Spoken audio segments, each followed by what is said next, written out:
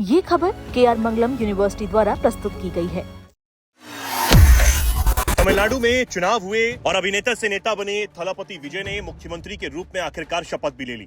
लेकिन तमिलनाडु में एक बार फिर से सनातन विरोधी बयान सामने आया है। तमिलनाडु विधानसभा में विपक्ष के नेता उदयनिधि स्टालिन ने एक बार फिर से विवादित बयान देकर एक नया बखेड़ा खड़ा कर दिया है।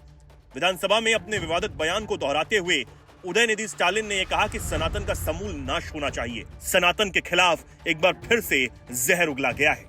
विधानसभा में अपने संबोधन के दौरान उदयनिधि स्टालिन ने कहा, सनातन जिसने लोगों को बांटा उसे खत्म कर देना चाहिए। जब वो विधानसभा के अंदर ये सब कह रहे थे तब मुख्यमंत्री सी जोसेफ विजय भी वहां मौजूद थे। इससे पहले उन्होंने 2023 में भी इसी तरह का बयान दिया था, जिसके बाद बड़ा विवाद खड़ा हुआ था। हालांकि कई राजनीतिक जानकार ये भी बताते हैं कि डीएमके का सत्ता से बाहर होना लगातार सनातन विरोधी बयान देना भी था। विधानसभा में बोलते हुए उदयनिधि ने आगे कहा, कल सीएम को हमारे नेता और कई अन्य नेताओं से शुभकामनाएं मिली। ये राजनीतिक शिष्टाचार इस सदन में भी जारी रहना चाहिए। भले ही हम सत्ताधारी सरकार और विपक्ष के तौर पर अलग अलग कतारों में बैठते हों, लेकिन हम सभी को तमिलनाडु के विकास के लिए मिलकर काम करना चाहिए। विपक्षी दलों ने वंदे मातरम के बाद तमिलनाडु का राज्य गीत बजाए जाने पर चिंता व्यक्त की है, लेकिन पश्चिम बंगाल के सीएम के शपथ ग्रहण समारोह में वंदे मातरम नहीं बजाया गया था, जबकि यहां इसे बजाया गया। आप सभी जानते हैं कि वहां के राज्यपाल कौन है। सरकार को दोबारा ऐसा नहीं होने देना चाहिए। हमारे तमिलनाडु के राज्य गीत को कभी भी दूसरे स्थान पर नहीं धकेला जाना चाहिए। दरअसल वंदे मातरम पर विवाद तमिलनाडु में सीएम विजय के शपथ ग्रहण समारोह से ही शुरू हो गया था। दरअसल शपथ ग्रहण समारोह में तमिल थाई वाजतू यानी तमिल राज्य गीत से पहले जनगण मन और वंदे मातरम बजाने पर विवाद शुरू हुआ।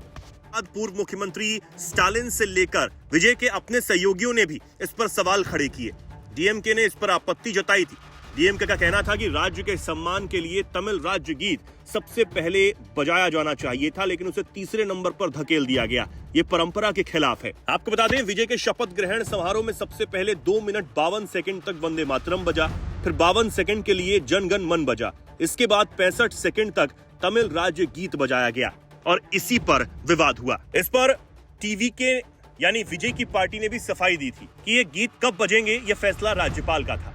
लेकिन डीएमके नेता बार बार ये कहते रहे कि राज्य की परंपरा तमिल राज्य गीत को पहले और राष्ट्रगान को अंत में बजाने की रही है। शपथ ग्रहण में तमिल राज्य गीत तीसरे नंबर पर बजने पर सीपीआई, सीपीआईएम और वीकेसी ने भी आलोचना की। सीपीआई के राज्य सचिव एम वीर पांडियन ने कहा कि सरकारी कार्यक्रमों के प्रोटोकॉल में तमिल राज्य गीत को पहली प्राथमिकता मिलनी चाहिए। अब इसी को विधानसभा में दोहराते हुए विपक्ष के नेता उदयनिधि स्टालिन ने एक बार फिर से विवादित बयान दिया। 2023 में भी उदयनिधि स्टालिन ने ये बयान देकर जमकर बवाल किया। आपको बता दें, 2023 में भी उदयनिधि स्टालिन ने ठीक ऐसा ही बयान दिया था, जिस पर खूब बवाल हुआ था। बीजेपी ने देश भर में उदयनिधि स्टालिन के खिलाफ जोरदार प्रदर्शन किया था। अब एक बार फिर इसे दोहराकर सियासी माहौल तमिलनाडु में गर्म हो चुका है। इससे पहले उदयनिधि स्टालिन ने तमिलनाडु प्रोग्रेसिव राइटर्स के कार्यक्रम में सनातन धर्म के उन्मूलन की बात कहते हुए कहा था कि यह सामाजिक न्याय के खिलाफ है।